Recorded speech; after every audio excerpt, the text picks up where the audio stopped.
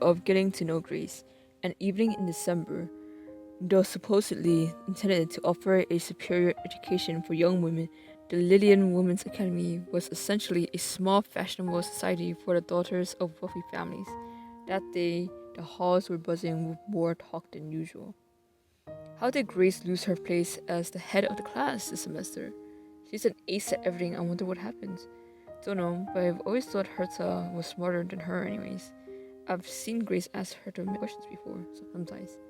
But Herta doesn't do well in hard tests. There's no way Grace could cheat, even if she is Grace. You're all weird, Miss Lily is always emphasizing equality. She looks evil. Ooh. She's only talking about equality between men and women, not equality between the classes.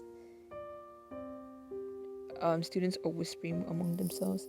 Oh, Herta, the ranking for the semesters are out.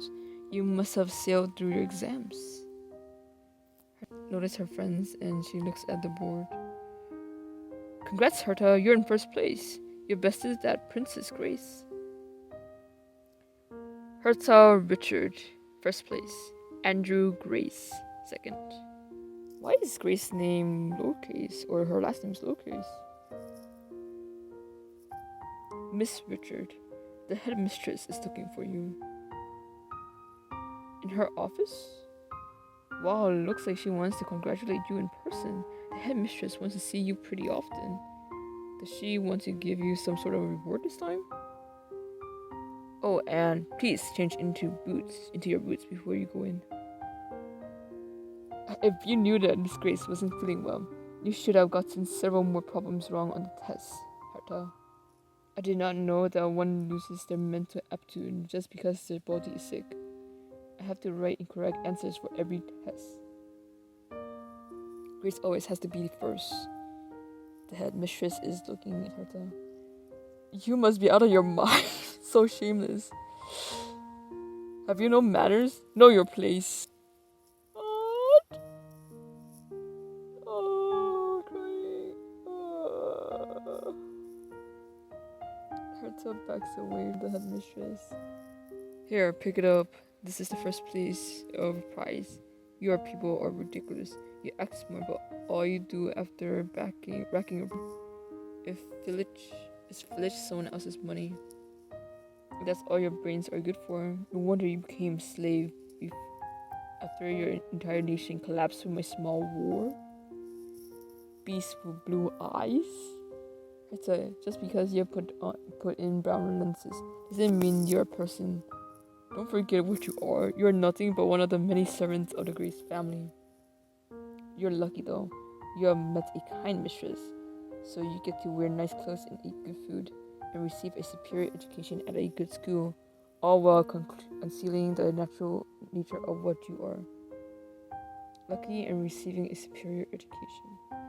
Do I seem overly particular?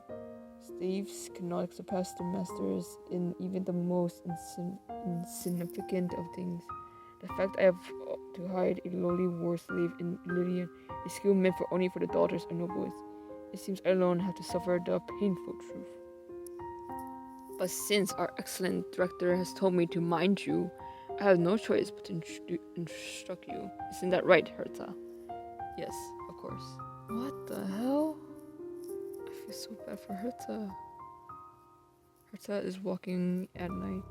Andrew Grace, the only daughter of Duke Logan Grace, my honorable mistress, was her own large room in this boarding school. Why does she attend school? She could have lived like a princess, enjoyed the honor, the ample land, and the overflowing gold of the Grace family, earned from stomping all over other cities or their city-states in gruesome fashion. Does she want to exemplify the educated women her grandmother always talked about? Or does she want to try and stuff her dull brain with at least something? Grace noticed that Herta is coming into the room. You're late. Have you eaten? Doesn't seem like she eaten. Oh my. I got angry because she didn't come. I still have no appetite. But I'll eat if you tell me to eat. People have to eat when they're ill. I'll bring you another dinner. Wait.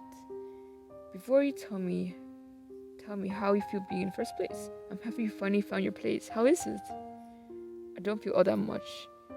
And well, it's not my place. First place is always yours. No, Herta, I'm aware that you had to get a few problems wrong every time because of me. Even though it takes you mere second place to solve problems that take me hours of struggling. How are you so smart? You're amazing. I want you to shine, Herta. Though my mistress is very beautiful, she is incredibly dumb. What? I'm glad I was sick this time. Father will understand even if I didn't get it well at first. No matter how many math problems I solve, I'm nothing but a lowly slave.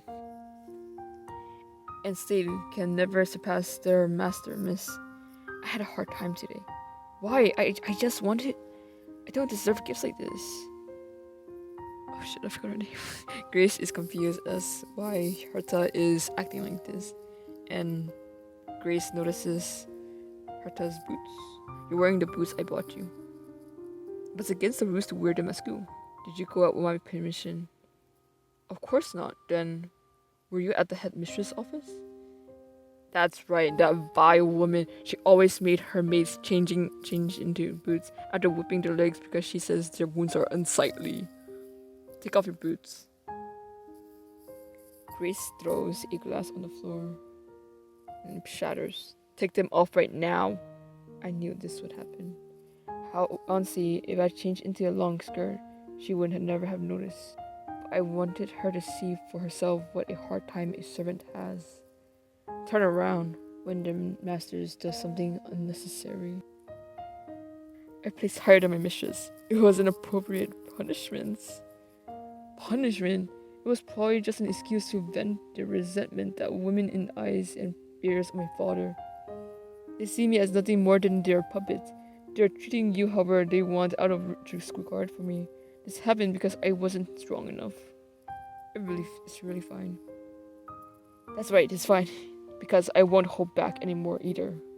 Make sure to put on the ointment I gave you. I'll prevent any scars from forming. I don't need food. Go to your room, I don't want to eat. Should I help you wash? Should I help you wash off first? I'll do it myself. Alright, miss, then sweet dreams. She's been trying to wash alone often lately. And was she never exempt from waiting on her during her baths? Of course, it's fine with Miss, since it's one less tiresome thing to do. So many stars tonight as well. They're so pitiful. They're stuck there, embedded in the sky, together every night. And that is the end of chapter 2.